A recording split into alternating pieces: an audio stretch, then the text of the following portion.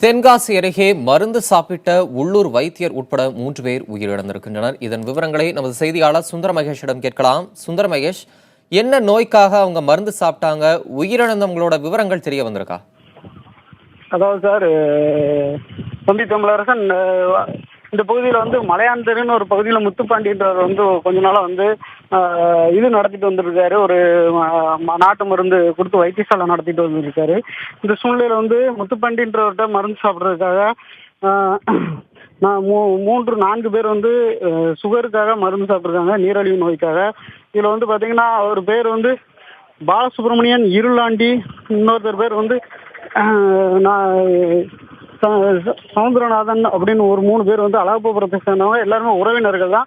இவங்க எல்லாருமே வந்து அங்கே மருந்து சாப்பிட்டுட்டு இருக்கக்கூடிய டயத்தில் இன்னைக்கு காலையில் வெறும் வயிற்றில் வந்து மருந்து சாப்பிடணும்னு சொல்லி மருந்து கொடுத்துருக்காங்க, பச்சிலை மருந்து.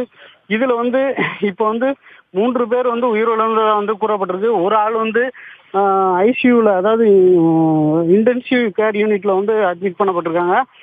இந்த சூழ்நிலையில் வந்து தற்போது இப்போ வந்து காவல்துறையினர் வந்து இது குறித்து இன்னும் தீவிரமான விசாரணை நடத்திட்டு இருக்காங்க. எதனால இப்படி நடந்துச்சு என்ன ஏதுன்னு கேட்டுட்டு இருக்கிறாங்க. இன்னும் தகவல்கள் வந்து சரியானபடி வரல. சுந்தர மகேஷ், அந்த வைத்தியர் குறித்த விவரம் என்ன? அந்த வைத்தியரோட பின்னணி குறித்து அந்த பகுதி மக்கள் என்ன சொல்றாங்க?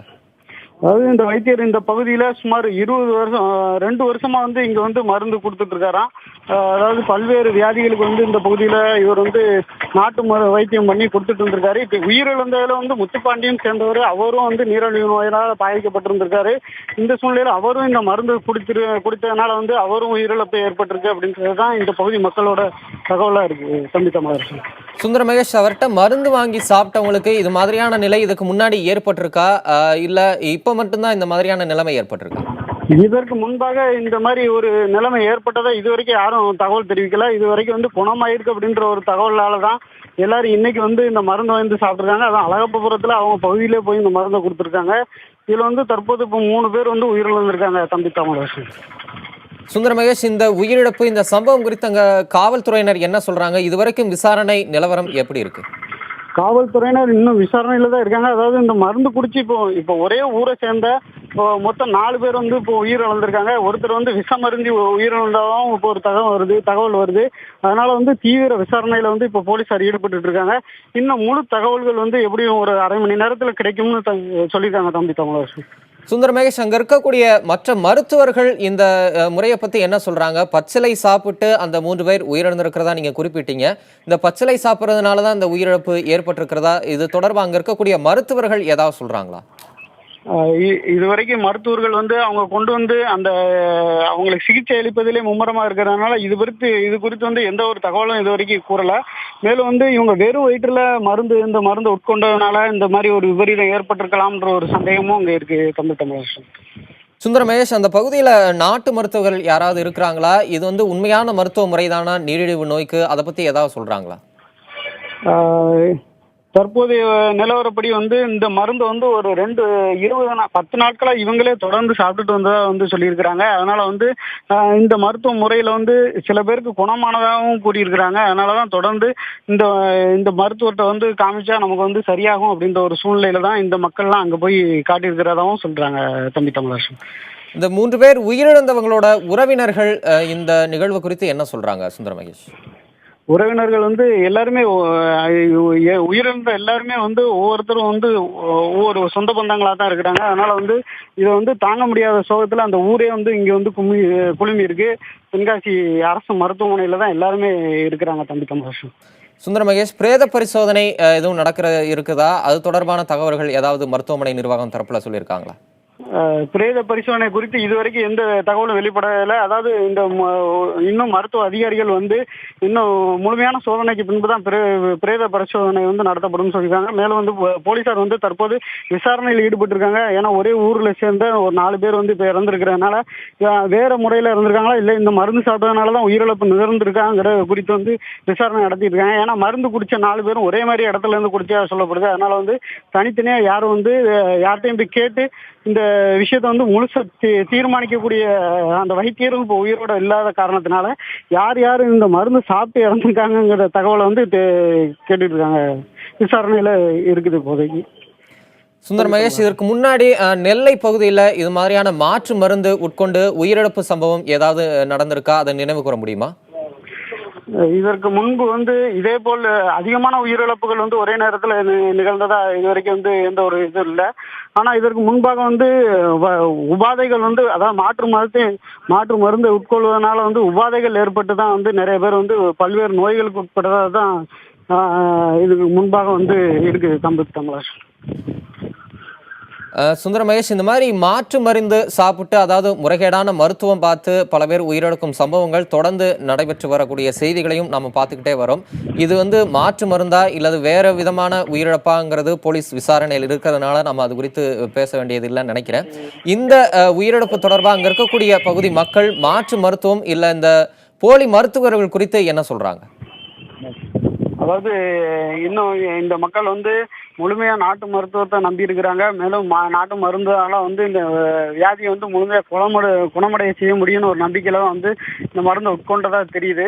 மேலும் இந்த மருந்து உட்கொண்ட ஒரே சமயத்துல 4 பேர் உயிரிழந்திருக்காங்க அப்படின்ற ஒரு தகவலை கேள்விப்பட்டு இந்த ஊர்ல இருக்க மக்கள் எல்லாருமே தற்போது இந்த மருத்துவ முறை குறித்தும் தீவிரமான விசாரணை தேவை அப்படின்ற ஒரு தகவலையும் வச்சிருக்காங்க. தமிழர் சுந்தர மகேஷ், நீங்க இணைப்பில் இருங்க. தற்போது நமது தொலைபேசி இணைப்பில் தென்காசி அரசு மருத்துவமனையைச் சேர்ந்த மருத்துவ அதிகாரி தங்கராஜ் இணைப்பில் வந்திருக்கிறார். அவரிடம் சில கேள்விகளை முன்வைக்கலாம். சார் வணக்கம்.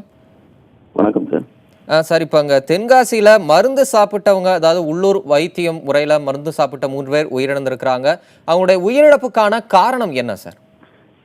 சார், ஏதோ பச்சளை கொடுத்துருக்காங்க சார். பச்சளை ஒரு வைத்தியர் அங்க போய் ஒரு பச்சளைய அங்க ஒரு தென்னந்தோப்பிலேயே அரைச்சி அங்க பேஷண்ட்ஸ் கொடுக்கற பழக்கமா இருந்திருக்கு சார். இது முன்னாடி கொடுத்துக்கிட்டு இருந்திருக்காரு. இன்னைக்கும் கொடுத்துருக்காரு. கொடுத்துட்டு அந்த வைத்தியரும் சேர்ந்து சாப்பிட்டுருக்காரு. 4 பேர்ல வைத்தியர் ஒரு ஆளு, இன்னும் 3 பேர் அந்த ஊர்ல உள்ளவங்க சார். வைத்தியரோட பேர் முத்துப்பாண்டி, 42 வயசு, மலையன் தெரு, தென்காசி. சரிங்க. இவர் வாரம் போய் இந்த டயபெட்டிஸ், ஹைப்பர் டென்ஷன், உடம்பு குறைக்கிறதுக்கு இந்த மாதிரி இதுக்காக ஒரு வைத்தியம் பார்த்துட்டு இருக்கதா சொல்றாங்க சார்.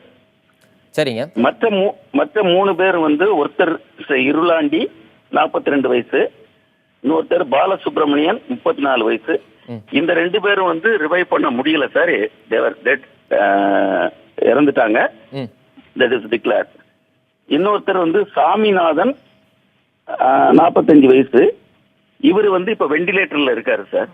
சரிங்க. அந்த கொடுத்த ட்ரக் ஏதோ சம் கார்டியோ டாக்ஸிக் மாதிரி தெரியுது. பேஷண்ட் திடீர்னு பிராடி கார்டியா போறாங்க, ஒரு கார்டியாக் அரெஸ்ட் வருது, அப்படி டெத் ஆயிருக்காரு சார். சரிங்க. ஒரு கார்டியாக் அரெஸ்ட் இருக்கு, ரிவைவ் பண்ணிருக்காங்க, இப்ப வெண்டிலேட்டர்ல போட்டு வச்சிருக்காங்க. இப்போ vital functions are stable. Is in ventilator. திரு தங்கராஜ், அவங்க நீரிழிவு நோயை குணப்படுத்துவதற்காக தான் இந்த பச்சிலை அரைச்சு சாப்பிட்டு இருக்கிறாங்க. இந்த பச்சிலை சாப்பிட்டது மட்டுமே இந்த உயிரிழப்புக்கான காரணம் அப்படின்னு நம்ம சொல்ல முடியுமா? இருக்கலாம் சார். வேற எந்த காரணமும் இல்லையே சார். இல்ல, அவங்க இப்ப நீங்க சொல்லும் போதே சொன்னீங்க, தொடர்ந்து சில வாரங்களுக்கு முன்பாகவே தொடர்ந்து அவங்க இந்த பச்சிலையை சாப்பிட்டு வந்திருக்கிறாங்க. இன்னைக்கு சாப்பிட்டு இருக்கும் போது அவங்க இந்த உயிரிழப்பு நடந்திருக்கு அப்படின்னு நீங்க குறிப்பிட்டீங்க.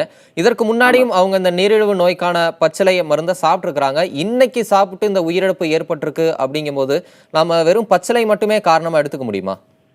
இல்ல சார், அவரு தினம் என்ன பச்சிலை கொடுக்காருன்னு நமக்கு தெரியல சார். ஒரு நாளைக்கு ஒரு நாள் பச்சிலையை மாத்தலாம். பட் ஆக்சுவலா இன்னைக்கு பச்சிலை கொடுத்த பிறகுதான் அந்த ப்ராப்ளம் அரைஸ் ஆயிருக்கு.